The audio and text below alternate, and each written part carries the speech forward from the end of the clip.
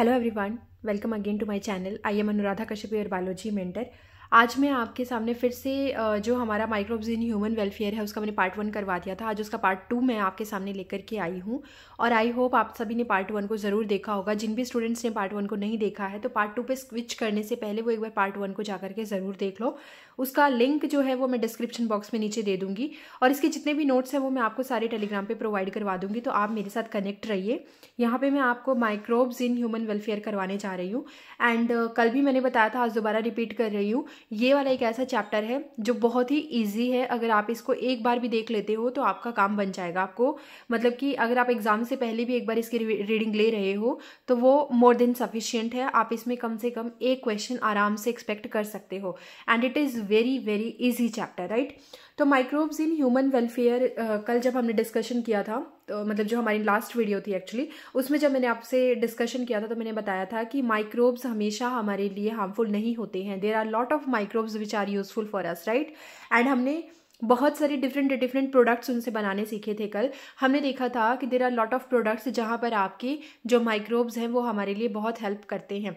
For example हमने house hold product में बात किया था। हमने कहा था कि कर्ड इससे बनाई जा सकती है, हम चीज़ इससे बना सकते हैं, बहुत सारे इसमें ब्रेड प्रोडक्ट्स इससे बनाए जा सकते हैं। इसके अलावा इंडस्ट्रीज़ में भी इसको यूज़ किया जाता है।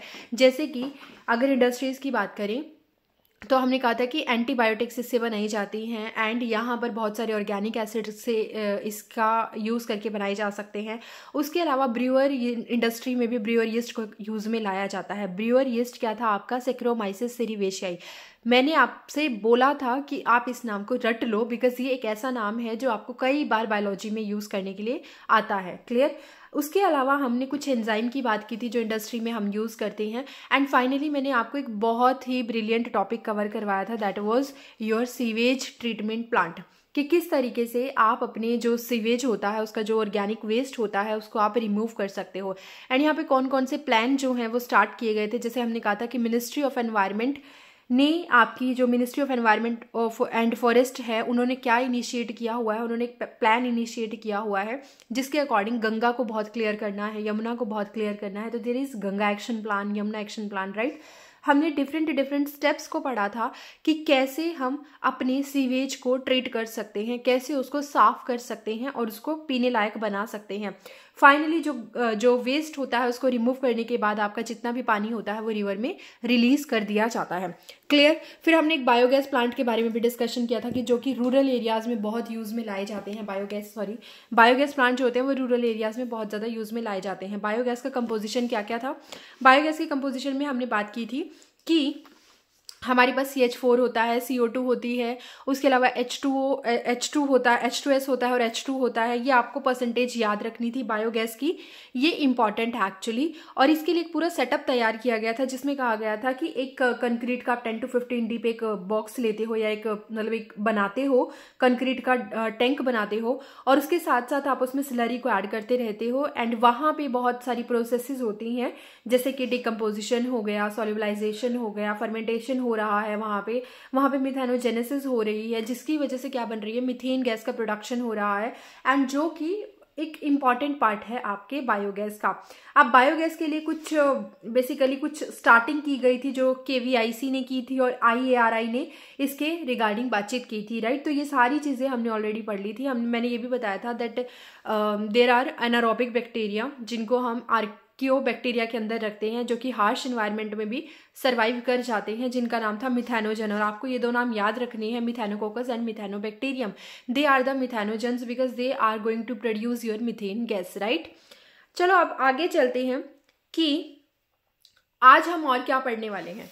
तो देखो बेटा, आज हम पढ़ेंगे कि जो माइक्रोब्स हैं वो कैसे बायो कंट्रोल एजेंट का काम कर सकते हैं, यानी कि वो कैसे हमारी फसलों को खराब होने से बचा सकते हैं। उसके अलावा हम बहुत सारे बायो हर्बिसाइड्स के बारे में पढ़ेंगे, हम बायो इंसेक्टिसाइड्स के बारे में पढ़ेंगे।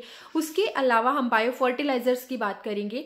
And I told you in the last video कि there are lot of microbes, right. And ये भी बताया था कि microbes are not just bacteria, there are different kinds of microbes. तो उनके बारे में भी हम बात करने वाले हैं, कौन कौन से ऐसे माइक्रोब्स होते हैं, क्लियर। तो चलो सबसे पहले आज हम शुरू करेंगे कि जो माइक्रोब्स हैं वो बायो कंट्रोल एजेंट कैसे काम कर सकते हैं। बायो कंट्रोल एजेंट का मतलब है जैसे मान लो कैसे मान सकते हो, ऐसे मान लो जैसे कि आपकी किसी प्लांट को किसी इंसेक्ट ने खराब कर दिया है ना, बहुत एक रैंडम एग्जांपल दे रही हूँ। मान लेते हैं कि आपके प्लांट को किसी इंसेक्ट ने क्या कर दिया, खराब कर दिया। अब आप क्या कर सकते हो, या तो आप उस इंसेक्ट को मारने के लिए इंसेक्टिसाइड यूज कर लो, that is a better option for you.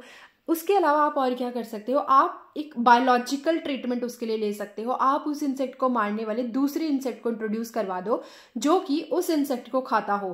Clear.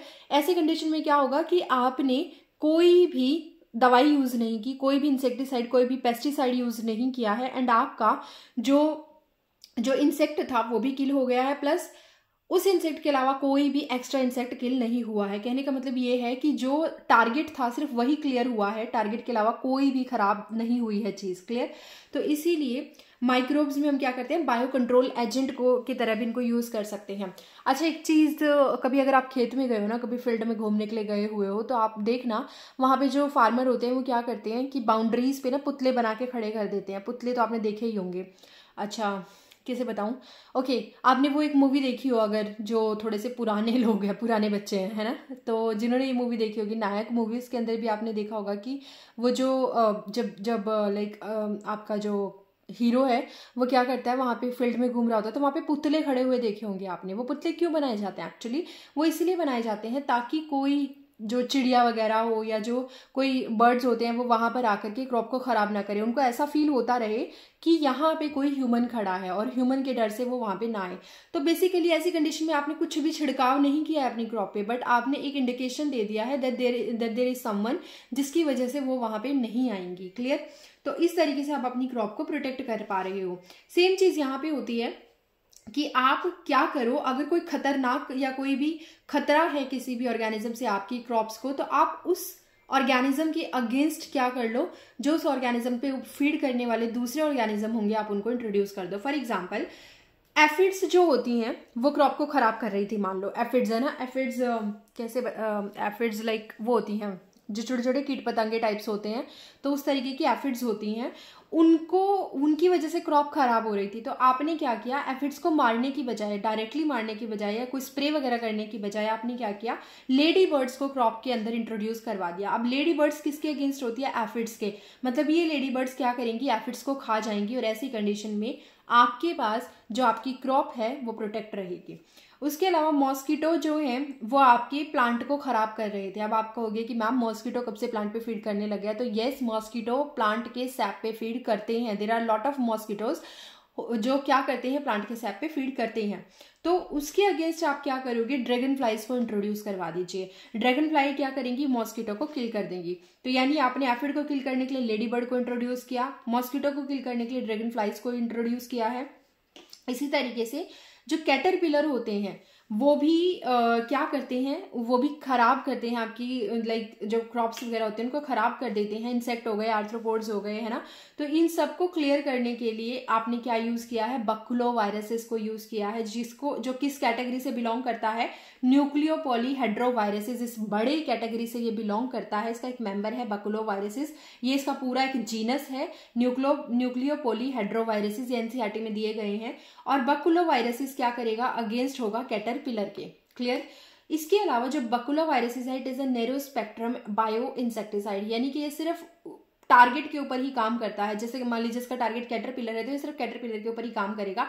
It is not a broad spectrum insecticide और broad spectrum bio insecticides, right. ये एक बहुत ही नैरो स्पेक्ट्रम है, कुछ ऑर्गेनिज्म को ही किल करेगा, ज्यादा को नहीं करेगा।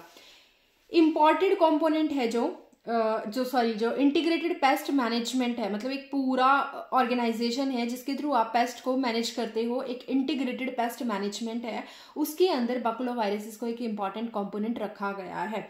तो ये एक बहुत ही इंपॉर्टेंट कंपोनेंट है किसका, आईपीएम का, इंटीग्रेटेड पेस्ट मैनेजमेंट का। उसके अलावा एक बहुत ही ब्यूटीफुल सी कहानी है बीटी की।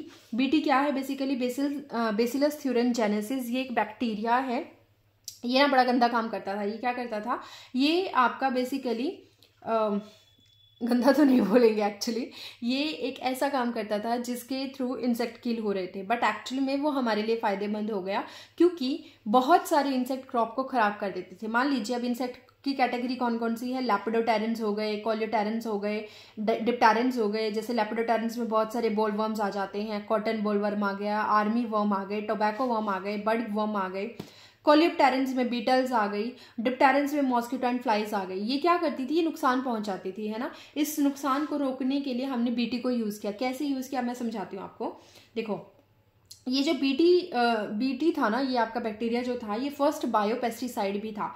ये एक बैक्टीरिया ऐसा था जो बहुत ही इंपॉर्टेंट प्रोटीन बनाता था। कैसे बनाता था, जब बीटी अपनी लाइफ टाइम में ग्रो कर रहा होता है तो उसकी लाइफ टाइम में एक स्टेज आती है जिसको हम बोलते हैं स्पोरुलेशन, यानी कि उस टाइम पे वो अपनी रिप्रोडक्शन के लिए स्पोर का फॉर्मेशन करता है। अब ये स्पोर क्या करते हैं, ये स्पोर अपनी लाइफ में क्राई प्रोटीन को रखते हैं अपनी बॉडी के अंदर। ये जो स्पोर होते हैं, सिस्ट होती है इन स्पोर्स के ऊपर, और ये क्या रखते हैं, क्राई प्रोटीन अपने अंदर रखते हैं। इस क्राई प्रोटीन के अंदर क्या होता है, प्रोटॉक्सिन होता है। मतलब कि इस क्राई प्रोटीन के अंदर एक इनएक्टिव टॉक्सिन होता है जो टॉक्सिक अभी एक्टिव नहीं है। इनएक्टिव टॉक्सिन है जिसको हम बोलते हैं थ्यूरियोसाइड, राइट। अब ये इनएक्टिव प्रोटॉक्सिन जो है ये बनता किससे है, देखो प्रोटीन है तो प्रोटीन किससे बनेगी, जीन से बनेगी। तो इसका मतलब इस बीटी के अंदर, बैक्टीरिया के अंदर एक टाइम आया जिसको हम बोलते हैं स्पोरुलेशन, स्पोर का फॉर्मेशन इसको करना था।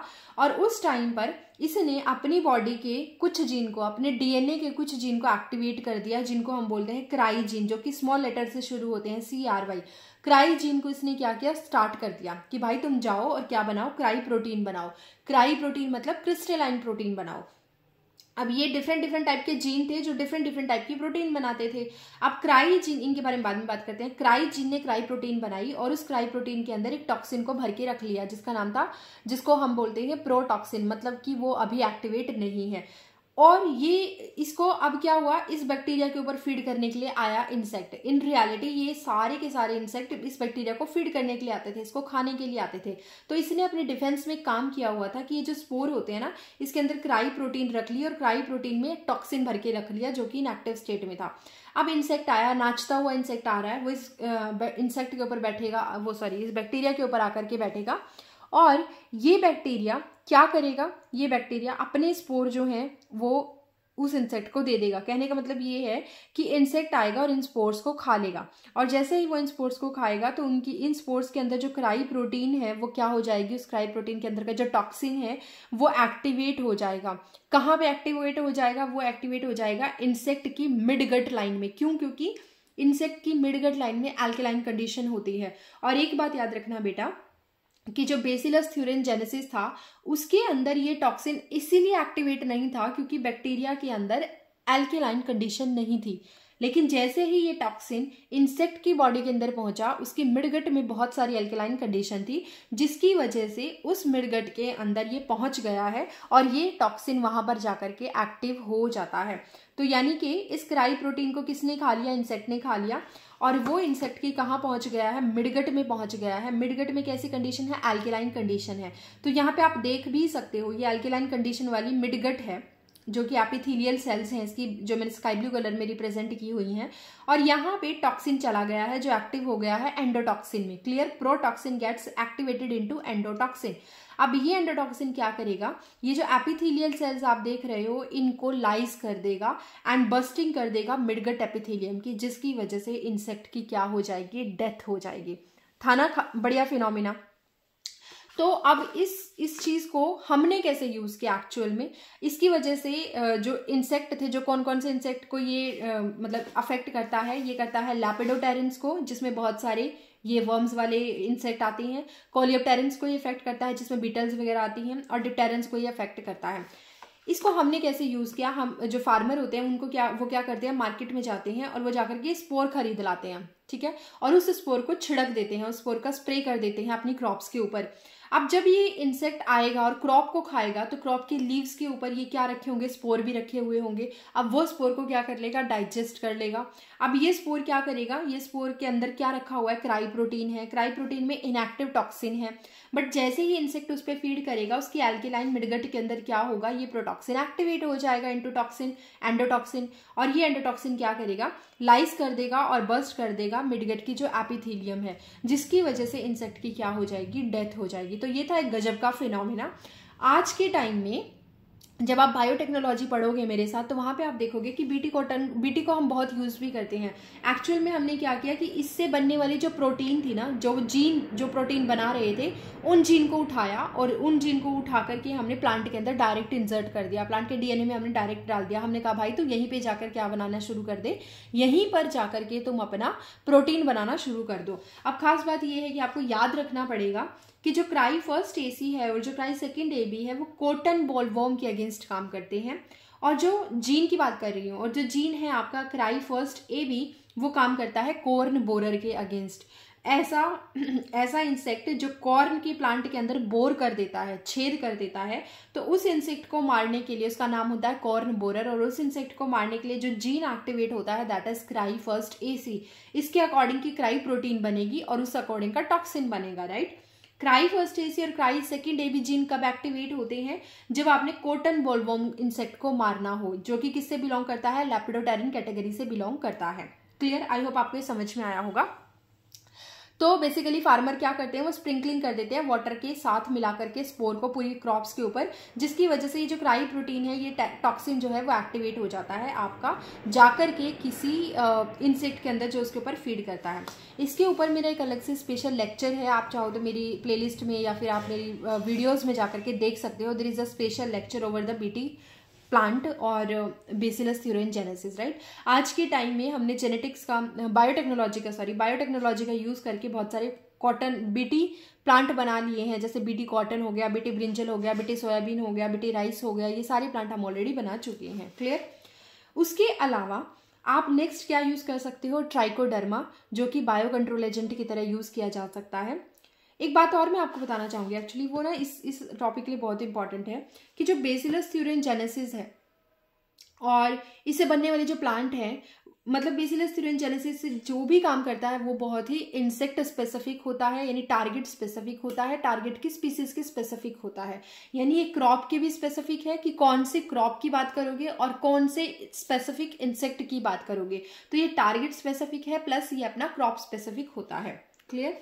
उसके बाद हम बात करेंगे ट्राइकोडर्मा की। ट्राइकोडर्मा एक फंगस है। ट्राइकोडर्मा थोड़ी देर पहले भी मतलब कल वाली लास्ट हमारी वीडियो है उसमें भी मैंने आपके सामने एक नाम लिया था जिसको हम बोलते हैं ट्राइकोडर्मा पोलिस्पोरम, जिससे हमें क्या मिला था, साइक्लोस्पोरिन ए मिला था, जो कि क्या काम करता है, एज अ इम्यूनोसप्रेसेंट काम करता है। मुझे कमेंट सेक्शन में ज़रूर बताना कि कौन सी इम्यूनिटी को रोकने के लिए जो आपका इम्यूनोसप्रेसेंट है वो दिया जाता है, और वो जो इम्यूनिटी है या फिर ऐसे बोल सकते हैं कि जो ग्राफ्ट है उस ग्राफ्ट को रोक कौन देता है। ग्राफ्ट रिजेक्शन जब इंसान करवाता है तो उसके अंदर उसको रिजेक्ट कौन कर देता है, उसको रिजेक्ट करने वाली इम्यूनिटी के बारे में भी आप मुझे बताओगे। Sorry for background noise, actually थोड़ा सा प्रैक्टिस वगैरह चलती रहती है यहाँ पे, इसीलिए थोड़ा आपको आवाज़ आ रही होगी उसकी। ट्राइकोडर्मा की बात करें तो फंगस जो है, ये ट्राइकोडर्मा फंगस होती है सेवरल पैथोजन के लिए। अब ये दूसरी ट्राइकोडर्मा होती है, वो ट्राइकोडर्मा पोलिस्पोरम थी, ये दूसरी ट्राइकोडर्मा है। ट्राइकोडर्मा जो है ये फंगस है जो रूट के इकोसिस्टम में पाई जाती है, ड्यूटीरियोमाइसिटीज से ये बिलोंग करती है। ठीक है, ये बहुत सारी सेवरल पैथोजेंस के लिए रिस्पॉन्सिबल होती है, यानी कि जो प्लांट ग्रो कर रहे हैं उनकी रूट में जब कोई पैथोजन लग जाता है तो उसको क्लियर करने के लिए ट्राइकोडर्मा जो होती है वो सॉइल के अंदर ही होती है और वो उनको खत्म कर देती है।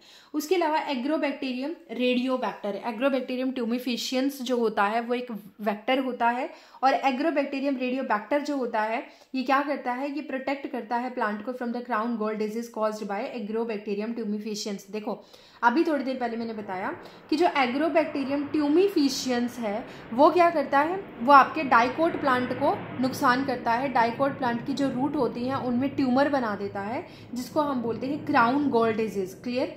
अब इसको रोकने के लिए एग्रोबैक्टीरियम रेडियोबैक्टर आता है, वो क्या करेगा, वो इसको प्रोटेक्ट करेगा from the crown gall disease.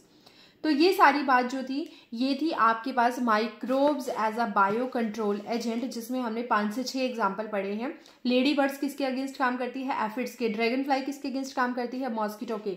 बकुलोवायरसिस which belongs to the nucleo polyhedroviruses genus, वो किसके अगेंस्ट काम करता है? कैटरपिलर के। क्लियर? उसके अलावा हमने बेसिलस थ्यूरेनजेनेसिस की पूरी कहानी पढ़ी है। एंड फाइनली हमने देखा कि ट्राइकोडर्मा जो है वो बहुत सारे पैथोजन को क्लियर करने के लिए रिस्पॉन्सिबल होती है।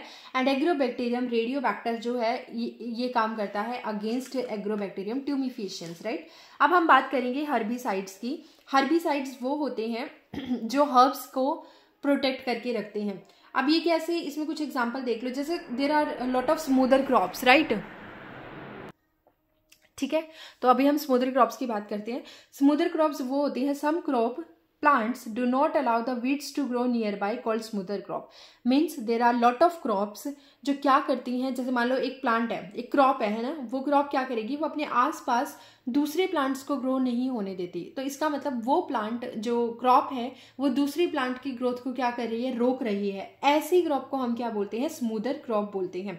फॉर एग्जाम्पल बार्ले, राई, सॉर्गम, मिलेट, अल्फाल्फा, ये ऐसी क्रॉप्स होती हैं जो दूसरी किसी भी प्लांट को अपने आसपास अलाउ नहीं करती हैं। अपोन्शिया जो होता है वो एक्सटेंसिव ग्रोथ इसकी हुई है इंडिया और ऑस्ट्रेलिया में। तो जो आपका अपोन्शिया होता है ये ऐसा प्लांट है जिसकी ग्रोथ बहुत ज़्यादा एक्सटेंसिव है, बहुत ही तेज़ी से ये ग्रो करता है। इंडिया में और ऑस्ट्रेलिया में जब इसकी ग्रोथ बहुत हाई होने लगी तो इसको रोका कैसे गया? इसकी नेचुरल कोकिनियल इंसेक्ट के थ्रू। मतलब कि ये इंसेक्ट जो था कोकिनियल इंसेक्ट, इसको इंट्रोड्यूस करवाया गया और ये फीड करता है अपोन्शिया के ऊपर। इस तरीके से अपोन्शिया को क्या किया गया? कंट्रोल में लाया गया। तो ये क्या है? These are the herbicides, right. अब हम बात करेंगे what are the bio herbicides. अब बायो हर्बिसाइड्स कौन कौन से होते हैं? तो ये आपके लिए ऐसा मान सकते हो, अगर आपका मन हो तो आप कर लेना, otherwise you can skip it because it is not in NCERT. इतना ज़्यादा डीप में नहीं दिया गया है जितना मैं आपको बता रही हूँ। तो माइको हर्बिसाइड्स था जो, वो क्या था? वो फर्स्ट बायो हर्बिसाइड्स था। एक होता है फाइटोप्थेरा पाल्मिनीवोरा, वो क्या होती है? एक फंगस होती है जो किसके अगेंस्ट काम करती है? मैं थोड़ा बड़ा कर देती हूँ इसको। ओके, आई होप विजिबल होगा। एक मिनट बेटा, यहाँ से तो नहीं दिखाई देगा। Okay, now this is clear to you. यहाँ पे अगर आप देखोगे तो बायो हर्बिसाइड में माइको हर्बिसाइड आता है जो कि क्या है? आपका फर्स्ट बायो हर्बिसाइड होता है। एंड उसके अलावा क्या है? फाइटोप्थेरा पाल्मिनीवोरा है जो कि क्या है? एक फंगस होती है और ये किसके अगेंस्ट काम करती है? मिल्कवीड के अगेंस्ट काम करती है। Milkweed wine in citrus orchid, जो सिट्रस के प्लांट ऑर्किड्स होते हैं उनमें उनकी एक्सटेंसिव ग्रोथ को रोकने के लिए, यानी मिल्कवीड वाइन की एक्सटेंसिव ग्रोथ को रोकने के लिए फाइटोप्थेरा पाल्मिनीवोरा क्या करती है? काम करती है। उसके अलावा इकॉर्निया क्रैसिपिस, जिसको आप वाटर हाइसिंथ भी बोलते हैं या फिर हम इसको टेरर ऑफ बंगाल जो है वो भी बोला जाता है, टेरर ऑफ बंगाल। क्यों? क्योंकि ये इकॉर्निया क्रैसिपिस इतना ज़्यादा ग्रो कर गया था कि इसकी वजह से जो डिजॉल्व्ड ऑक्सीजन थी वो सारी खत्म होने लग गई थी और जो दूसरी फिशेस वगैरह पानी के अंदर होती थी उनकी डेथ होने लग गई थी। तो इकॉर्निया क्रैसिपिस, वाटर हाइसिंथ या फिर टेरर ऑफ बंगाल जो है, इसको कंट्रोल किया गया किसके थ्रू? Bye alternaria इकॉर्नियल। इसके थ्रू इंडिया के अंदर इसको क्या किया गया? कंट्रोल किया गया। किसके थ्रू? अल्टरनेरिया इकॉर्निया जो ड्यूटेरियोमाइसिटिस से बिलोंग करता है, इसके थ्रू इकॉर्निया को क्या किया गया था? प्रोटेक्ट किया, इकॉर्निया को रोका गया था, खत्म किया गया था। उसके अलावा डिवाइन एंड कॉलिगो क्या है? These are the fungal spore, जिनको आइडियल हर्बिसाइड्स भी कहा जाता है because they can tolerate adverse condition. याद रखिएगा, पहला हर्बिसाइड क्या था? माइको हर्बिसाइड था। फाइटोप्थेरा पाल्मिनीवोरा क्या होती है? एक फंगस होती है जो किसके अगेंस्ट काम करती है? मिल्कवीड वाइन के अगेंस्ट काम करती है सिट्रस की ऑर्किड्स में। उसके अलावा इकॉर्निया क्रैसिपिस, वाटर हाइसिंथ या टेरर ऑफ बंगाल क्या है? खतरनाक आपके पास ये था, पूरी की पूरी वाटर हाइसिंथ था, प्लांट था, जिसकी वजह से क्या हो जाती थी? पूरी की पूरी डिजॉल्व्ड ऑक्सीजन जो थी वो खत्म हो रही थी और ऑर्गेनिज्म की डेथ होने लगी थी। तो इसको कंट्रोल किया गया था by alternaria eichhorniae in India. Actual में वाटर हाइसिंथ जो था ना, इसके फूल बहुत सुंदर होते थे, इसीलिए इसको इंडिया में लाया गया था, बट ये हमारे लिए एक बहुत बड़ा खतरा बन गया था बाद में। ठीक है, उसके अलावा डिवाइन एंड कॉलिगो क्या है? फंगल स्पोर है, आइडियल हर्बिसाइड्स होते हैं because they can tolerate adverse conditions, right. अब हम बात करेंगे कुछ बायो इंसेक्टिसाइड्स की। अभी तक हमने बायो हर्बिसाइड पढ़े, अब हम पढ़ेंगे बायो इंसेक्टिसाइड्स। तो there are some natural insecticides, जैसे कि एजाडिरेक्टिन। ये हमें कहाँ से मिलता है? फ्रॉम द मार्गोजा और नीम। जो नीम होता है उससे हमें क्या मिलता है? एजाडिरेक्टिन मिलता है, जो इंसेक्ट के अगेंस्ट काम करता है। और क्योंकि लिविंग है तो लिविंग से ही आप रोक रहे हो, इसलिए हम इसको बोलते हैं बायो इंसेक्टिसाइड। उसके अलावा रोटिनोन्स क्या होते हैं? ये हमें मिलते हैं डेरिस इलिप्टिका से। ये प्लांट होते हैं सारे के सारे, है ना। तो नीम जो है या फिर मार्गोजा जो लीव्स हैं, एजाडिरेक्टिन वहां से हमें मिलता है। रोटिनोन्स हमें डेरिस इलिप्टिका से मिलता है, जो कि बायो इंसेक्टिसाइड की तरह काम करता है। निकोटीन हमें निकोटियाना से मिलता है, या फिर पायरेथ्रम जो होता है वो हमें क्राइजेंथेमम सिनेरिफोलियम से हमें मिलता है। उसके अलावा थ्यूरोसाइड्स, अभी मैंने आपको बताया था, इट इज अ टॉक्सिन बोल दो या प्रोटॉक्सिन बोल दो। थ्यूरोसाइड्स ये हमें बीटी से मिलता है, बेसिलस थ्यूरेंजेनेसिस से, which act as a insecticide. Clear. अब यहाँ पे एक खास बात आती है कि बेटा कल आपने मैंने आपको कहा था कि microbes are not just bacteria. Clear. तो माइक्रोब्स कुछ भी हो सकता है, लेकिन वो हमें नंगी आंखों से नहीं दिखाई देते। They are not visible from the naked eyes, इसीलिए हम उनको क्या बोलते हैं? माइक्रोब्स बोलते हैं। तो जो आज मैं बताऊंगी उसको ध्यान से सुनो कि जो माइक्रोब्स होते हैं वो हमें कैसे विजिबल होते हैं? वो हमें माइक्रोस्कोप से विजिबल होते हैं। क्या क्या हो सकते हैं वो? वायरस हो सकते हैं, प्रोटोजोआ हो सकते हैं, bacteria, prions, fungi and viroids. अब ये क्या क्या होते हैं? देखो, जो ये सब तो पता होगा कि वायरस क्या है, प्रोटोजोआ क्या है, बैक्टीरिया क्या है, ये तो पता होगा। आप दो जगह कंफ्यूज हो, एक तो प्रायोन्स और एक वायरोइड्स। तो वायरोइड्स वो होता है जिसमें सिर्फ और सिर्फ जेनेटिक मटेरियल होता है, उसके चारों तरफ कोई कोट नहीं होती प्रोटीन की। वायरस क्या होता है? वायरस एक ऐसा ऑर्गेनिज्म बोल सकते हो, ए सेल्यूलर ऑर्गेनिज्म एक्चुअल में, जो कि किसी ऑर्गेनिज्म के अंदर जाकर के एक्टिव होता है, अदरवाइज ये काइंड ऑफ लाइक डेड ही है ना। वायरस जब बाहर एटमॉस्फेयर में घूम रहा है तो ऐसी कंडीशन में उसको आप लिविंग नहीं मान सकते, बट जब वो किसी ह्यूमन बॉडी के अंदर या उसके होस्ट के अंदर एंट्री करता है तो आप उसको लिविंग मान सकते हो। अब वायरस क्या होता है? वायरस के पास दो चीजें होती हैं, एक तो प्रोटीन की कोट होती है बाहर और एक अंदर जेनेटिक मटेरियल होता है। क्लियर। आरएनए, डीएनए कुछ भी हो सकता है, ज्यादातर आरएनए होता है। लेकिन जो वायरॉइड्स होते हैं, वायरॉइड्स जो होते हैं वो वायरस से छोटे होते हैं। क्यों? क्योंकि वायरॉइड्स के पास सिर्फ और सिर्फ जेनेटिक मटेरियल होता है, इसके पास कोई भी प्रोटीन कोट नहीं होती है। बट जब हम प्रायोन्स की बात करते हैं तो प्रायोन्स के पास कोई भी जेनेटिक मटेरियल नहीं होता, इसके पास सिर्फ और सिर्फ क्या होती है? प्रोटीन की कोट होती है। तो इसका मतलब वायरस के पास दोनों चीजें हैं। प्रायोन के पास सिर्फ और सिर्फ प्रोटीन की कोट है, पी से पी याद रखना, और वायरॉइड्स के पास only and only genetic material है, कोई प्रोटीन की कोट नहीं होती। इसका मतलब प्रायोन्स और वायरॉइड्स जो होते हैं वो छोटे होते हैं वायरसेस से। प्रायोन्स जो होते हैं वो ज्यादातर आपको जो डिजीज है वो कॉज करते हुए दिखाई दे जाएंगे, जैसे आपके बायोलॉजिकल क्लासिफिकेशन चैप्टर में एंड में दिया गया है क्रोड्सफेल्डेट जैकोब डिजीज, राइट। उसके अलावा मैड काउ डिजीज हम बोल देते हैं, तो वो किसकी वजह से होती है? प्रायोन्स की वजह से होती हैं। एंड वायरॉइड्स की वजह से भी डिफरेंट आपको प्लांट के अंदर डिजीज दिखाई दे सकती है। तो ये सारे क्या हैं? These are the microbes. अब माइक्रोब्स में भी बैक्टीरिया की अगर आप बात कर लेते हो तो बैक्टीरिया की शेप डिफरेंट टाइप की हो सकती है, जैसे कि रोड शेप हो सकते हैं, फॉर एग्जाम्पल बेसिलस, है ना। रोड शेप में बेसिलस सबटिलिस आ जाता है, जो रोड की शेप जैसा होता है। उसके अलावा स्फेरिकल्स आपको दिखाई देते हैं, उनको हम बोल देते हैं स्ट्रेप्टोकोकस। क्लियर। स्ट्रेप्टोकोकस, कोकस मतलब आपको गोल गोल दिखाई देंगे। अब वो मोनोकोकस हो सकते हैं, डिप्लोकोकस हो सकते हैं, या फिर वो स्ट्रेप्टोकोकस हो सकते हैं। यानी चेन में जब आपके बैक्टीरिया जुड़े हुए होते हैं, गोल गोल बैक्टीरिया चेन में जुड़े होते हैं, तो आप उसको बोलते हो स्ट्रेप्टोकोकस। ये आपका न्यूमोनिया जैसे बैक्टीरिया न्यूमोनिया फैलाने के लिए रिस्पॉन्सिबल भी होते हैं। उसके अलावा स्पाइरल भी होते हैं। स्पाइरल मतलब कि स्पाइरल से दिखाई देंगे, दोनों एंड से आपको टेपर्ड दिखाई देंगे, बीच में से मोटे होंगे, स्पाइरल, है ना, तो उसका हम स्पाइरिलियम बोल देते हैं। फ्लैजिलेटेड भी हमारे पास बैक्टीरिया होते हैं, और कोमा शेप भी होते हैं, जैसे कि विब्रियो कॉलेरा, विब्रियो जो हैजा जैसे आप बीमारियां फैलाते हैं। उसके अलावा वायरसेस की अगर बात करें तो ये टीएमवी भी हो सकता है, जैसे टोबैको मोज़ेक वायरस। इसका जेनेटिक मटेरियल क्या होता है? आरएनए होता है। उसके अलावा एडिनो वायरसेस भी होते हैं। एडिनो वायरसेस वो होते हैं जो हमारे रेस्पिरेटरी सिस्टम के ऊपर अफेक्ट करते हैं। जो कोरोना वायरस था एक्चुअली वो एडिनो वायरस से ही बिलोंग करता है, क्योंकि ये हमारे रेस्पिरेटरी सिस्टम को क्या करते हैं? अफेक्ट करते हैं। उसके अलावा बैक्टीरियोफाज, जो देखो बैक्टीरिया का मतलब बैक्टीरियो, फाज का मतलब फाज जो है वो मतलब फीड करना, यानी कि जो बैक्टीरिया के ऊपर फीड कर सके उसको हम क्या बोलते हैं? बैक्टीरियोफाज बोलते हैं।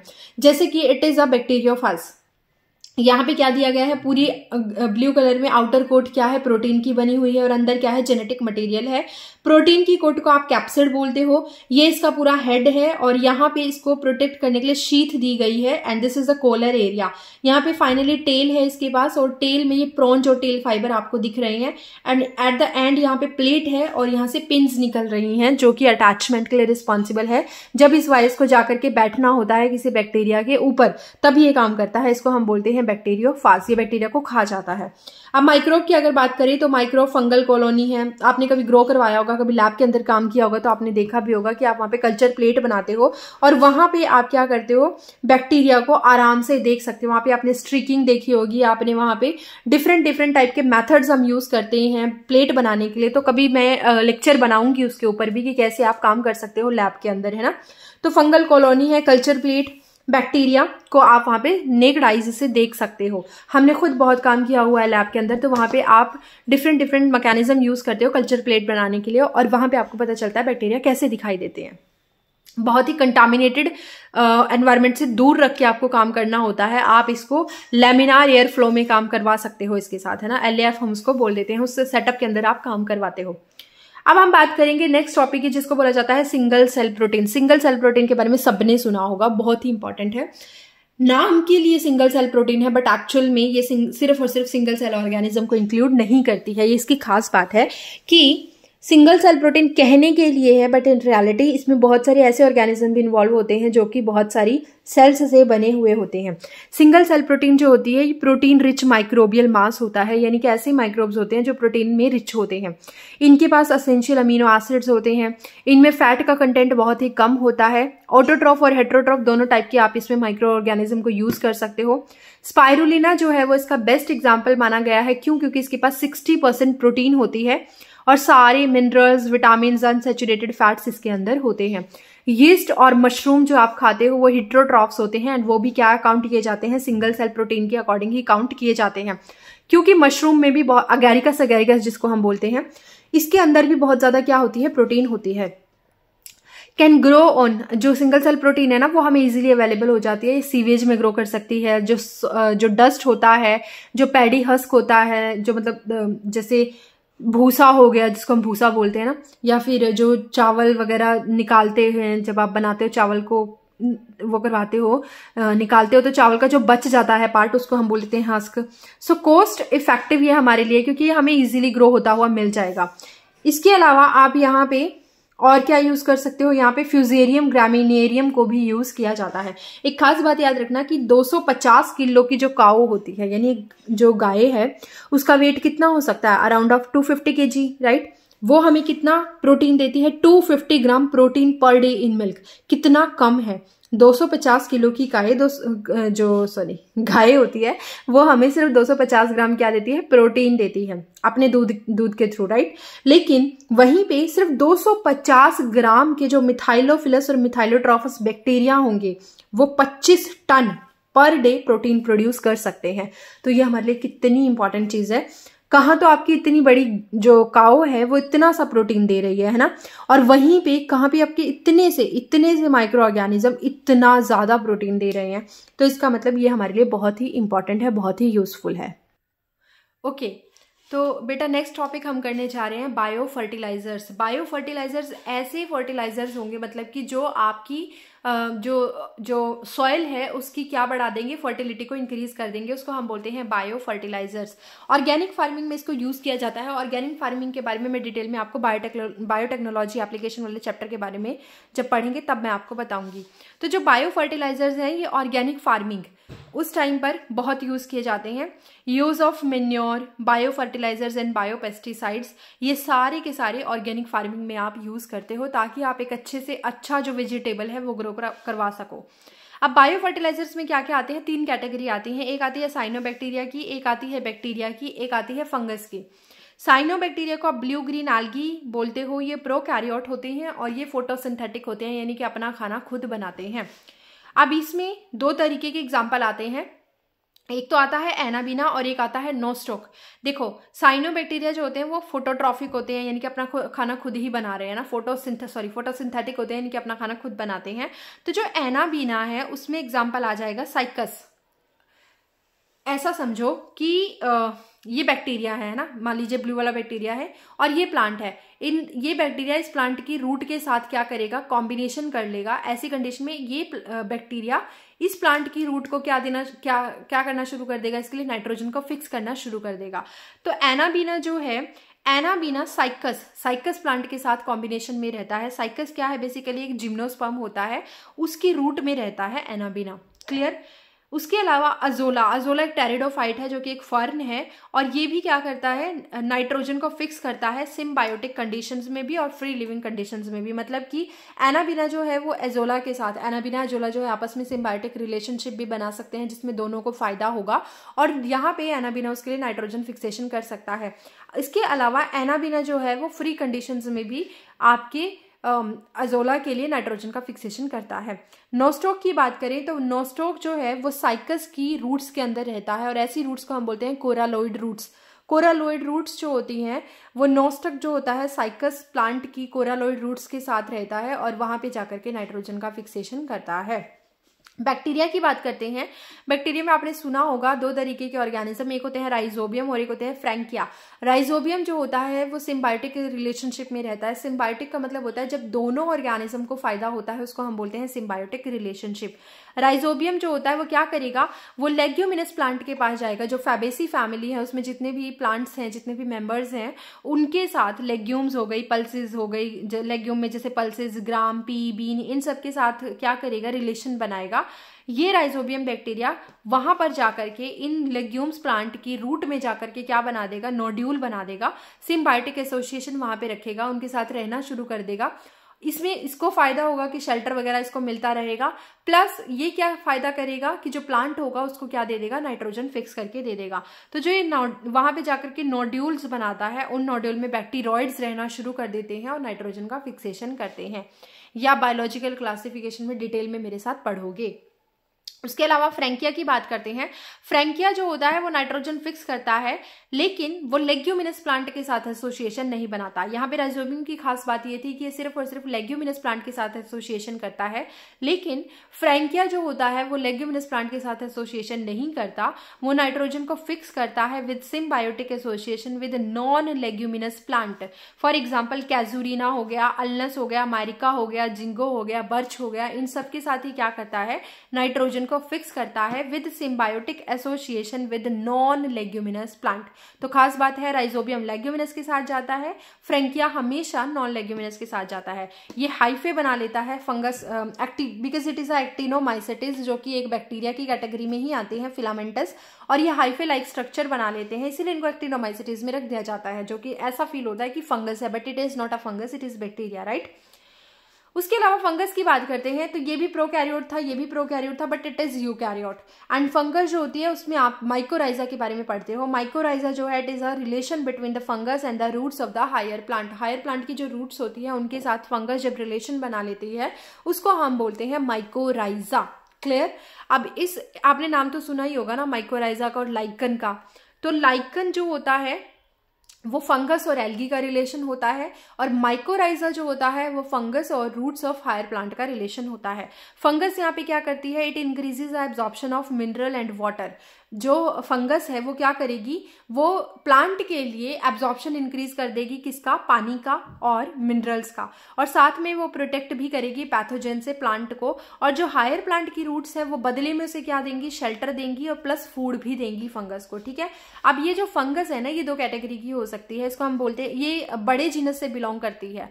जो रूट्स ऑफ हायर प्लांट में जो फंगस उसके साथ सिम्बायोटिक रिलेशनशिप में रहती है वो एक बड़े जीनस से बिलोंग करती है, और उस जीनस का नाम होता है ग्लोमस जीनस। अब ये ग्लोमस जीनस जो है ये दो तरीके की फंगस दे सकता है, दो तरीके का रिलेशन दिखा सकता है इसकी फंगस, एक तो एक्टोमाइकोराइजा और एक एंडोमाइकोराइजा। एक्टोमाइकोराइजा का मतलब क्या है कि जैसे मान लो हायर प्लांट की कोई रूट है, उसके सराउंडिंग में फंगस ग्रो करने लग जाएगी, इसको हम बोलते हैं मेंटल। थोड़ा अगर हम इसको जूम करके देखें तो मान लीजिए ये आपकी रूट सेल्स हैं प्लांट की, जो पिंक कलर में मैंने बनाई हुई है, और ये जो बाहर बना हुआ था ये आपका पूरा का पूरा फंगस का एक ग्रुप था। अब ये फंगस क्या करेगी, धीरे धीरे अंदर एंट्री करने लग जाएगी, लेकिन अगर आप ध्यान से देखोगे तो ये सेल्स के बीच से नहीं निकल रही है, ये दो सेल के बीच से निकल रही है।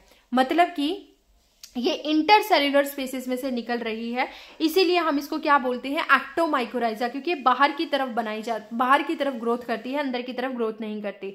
और ये क्या करेगी, ये करेगी आपका जो एब्जॉर्प्शन है उसको 2 to 3 टाइम्स क्या कर देगी, ज्यादा कर देगी। किस किस के एब्जॉर्प्शन को, नाइट्रोजन के, फास्फोरस के, पोटेशियम के, कैल्शियम के, इनके एब्जॉर्प्शन को ये इंक्रीज कर देती है। अब इसमें कौन कौन सी बिलोंग करती हैं, जैसे कि फंगस होगी वो ज्यादातर बेसिडियोमाइसेटिस कैटेगरीज की होनी चाहिए, और जो प्लांट होता है वो बोलेटिस होता है।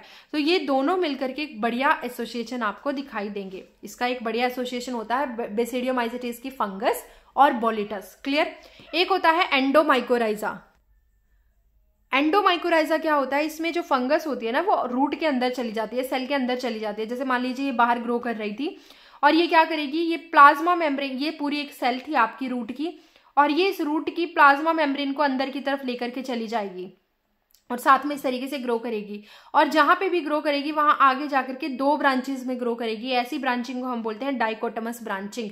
डिटेल में मत समझो, बस इतना समझ लो कि आगे जाएगी ये फंगस, और जैसे जैसे ये फंगस रूट के अंदर जाती है तो रूट की प्लाज्मा मेम्ब्रेन इसके साथ साथ मुड़ने लग जाती है, और ये जहां जहां पे भी जाएगी वहां आगे जाकर के, जैसे यहाँ पे आई तो ये 2 में बट गई, यहाँ पे आई तो ये 2 में चली गई, अब ये आगे और ग्रो करेगा तो फिर ये 2 में, ये आगे ग्रो करेगा तो फिर 2 में। इस तरीके की ब्रांचिंग को हम बोलते हैं डाइकोटमस ब्रांचिंग।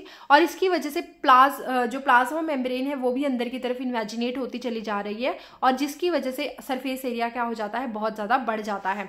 इसको हम बोलते हैं एंडोमाइकोराइजा, और अंदर जाकर के ये बहुत छोटे छोटे से वेसिकल्स बना लेती है। इसको हम बोल देते हैं वेसिकुलर आर्बस्क्यूलस माइकोराइजा। वैम बोला जाता है इसको, वेसिकुलस आर्बस्क्यूलस माइकोराइजे। क्लियर। अब ये मैंने बता ही दिया कि ये सेल मेम्ब्रेन होती है, सेल वॉल होती है अंदर बाहर, और अंदर होती है सेल मेम्ब्रेन। उसके अकॉर्डिंग की जो फंगस होती है वो भी अंदर क्या कर जाती है, इन्वेजिनेट कर जाती है। तो आई होप आपको ये पूरा चैप्टर बहुत अच्छे से समझ में आया होगा। अब हम इस चैप्टर के लास्ट टॉपिक पे आ गए हैं कि आपने बायो फर्टिलाइजर्स तो यूज करे। बायो फर्टिलाइजर्स तो हमें समझ में आया कि इसमें कौन कौन होते हैं जो लिविंग है और फर्टिलाइजेशन में हेल्प करते हैं। फर्टिलाइजेशन इन द सेंस कि सॉइल की फर्टिलिटी को इंक्रीज करने का काम करते हैं ताकि प्लांट की ग्रोथ अच्छी हो सके। अब इंपॉर्टेंस क्या क्या है बायो फर्टिलाइजर्स के, तो बेटा ये यील्ड को इंक्रीज कर देते हैं। They increases the yield of plants by 15 to 35%, खास बात है। उसके अलावा इस सॉइल के टेक्सचर को भी क्या करते हैं, इंप्रूव करते हैं। इसके अलावा do not allow pathogens to flourish. इसका मतलब ये हुआ कि जब प्लांट ग्रो कर रहा होता है तो अगर वहां पे आसपास में पैथोजन लगेंगे तो उसकी वजह से प्लांट को डिजीज हो सकती है, या प्लांट का जो न्यूट्रिटिव मीडिया है वो खत्म हो सकता है। ऐसी कंडीशन में जो बायो फर्टिलाइजर्स होते हैं वो पैथोजन को अलाउ नहीं करते हैं कि तुम ग्रो करो। Produce vitamin and growth promoting biochemicals, ये बहुत सारे विटामिन भी देते हैं, और उसके अलावा प्लांट की ग्रोथ अच्छे से हो सके ऐसे बायोकेमिकल्स को भी ये क्या करते हैं, प्रोड्यूस करते हैं। And they are non polluting, किसी भी तरीके का पॉल्यूशन इनकी वजह से नहीं होता है। तो आज हमने सक्सेसफुली ये चैप्टर कंप्लीट कर लिया है, एंड इसके 2 पार्ट हैं। पार्ट 1 में मैंने फर्स्ट पेज को पूरा कंप्लीट किया है। आई होप बहुत अच्छे से आपको समझ भी आया होगा। इसके नोट्स मैं टेलीग्राम पे आपको दे दूंगी। तो ये सारी चीज़ें मैं ऑलरेडी आपको कल की क्लास में करा चुकी थी, और आज हमने क्या किया है, इसका सेकंड हाफ किया है जिसमें हमने बायो कंट्रोल एजेंट कंप्लीट किए हैं, हर्बिसाइड्स के बारे में हमने बात की है, और हमने सिंगल सेल प्रोटीन को पढ़ा है, बायो हर्बिसाइड पढ़े हैं, हमने बायो इंसेक्टिसाइड्स के बारे में बात की है, माइक्रोब्स क्या होते हैं ये सब हमने पढ़ा है, and finally what are the bio fertilisers इसके बारे में डिस्कशन हुआ है, एंड फंगस की डिटेल में हमने बात की है जो कि माइकोराइजा होता है। इंपॉर्टेंस भी हमने फाइनली पढ़ ली है। तो अगर आपको मेरी वीडियो पसंद आती है तो please like the video and hit the subscribe channel. तो मिलते हैं नेक्स्ट वीडियो में। आई होप मैं आपके लिए बहुत अच्छा वन शॉट फिर से कोई और टॉपिक का लेकर के आऊँगी।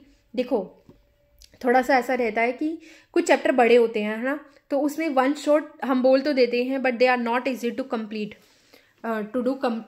दैम। ओके, इसमें ऐसा होगा क्योंकि ऐसा नहीं है कि कंप्लीट नहीं करवाए जा सकते, एक्चुअली करवा सकते हो आप उनको, लेकिन वो 6-6 घंटे के लेक्चर हो जाएंगे और मैं नहीं चाहती कि थोड़ा सा कॉम्प्लिकेट हो जाए आपके लिए। तो मैं क्या करूँगी, आई विल ट्राई कि थोड़ा थोड़ा उनको कंप्लीट करते हैं, मतलब कि वन शॉट की कैटेगरी में ही रखूंगी मैं उनको। एक अलग से प्लेलिस्ट मैंने आपके लिए बना दी है, वन शॉट नीट बायोलॉजी। आप जाकर के मेरे चैनल पे उस प्लेलिस्ट को चेक कर सकते हो, वहीं पर आपको सारे वन शॉट मिलेंगे एंड प्रॉपर मिलेंगे, लिखा हुआ मिलेगा। पार्ट 1 पार्ट 2 जो भी रहेगा, जितने भी रहेंगे वो सब आपको वहाँ पे मिलने वाला है। मैं कोशिश करूंगी कि 1 घंटे या 1.5 घंटे से ज़्यादा की वीडियो ना बने। बट अगर आप वन शॉट ही चाहोगे तो मैं ये भी देखूंगी कि अगर कोई चैप्टर ऐसा है जिसमें कनेक्शन नहीं टूटना चाहिए तो मैं उसको तुरंत ही पूरा का पूरा अपलोड भी कर दूंगी। तो आई होप आपको मेरी ये एफर्ट्स पसंद आएंगे। मिलते हैं नेक्स्ट वीडियो में। Thank you.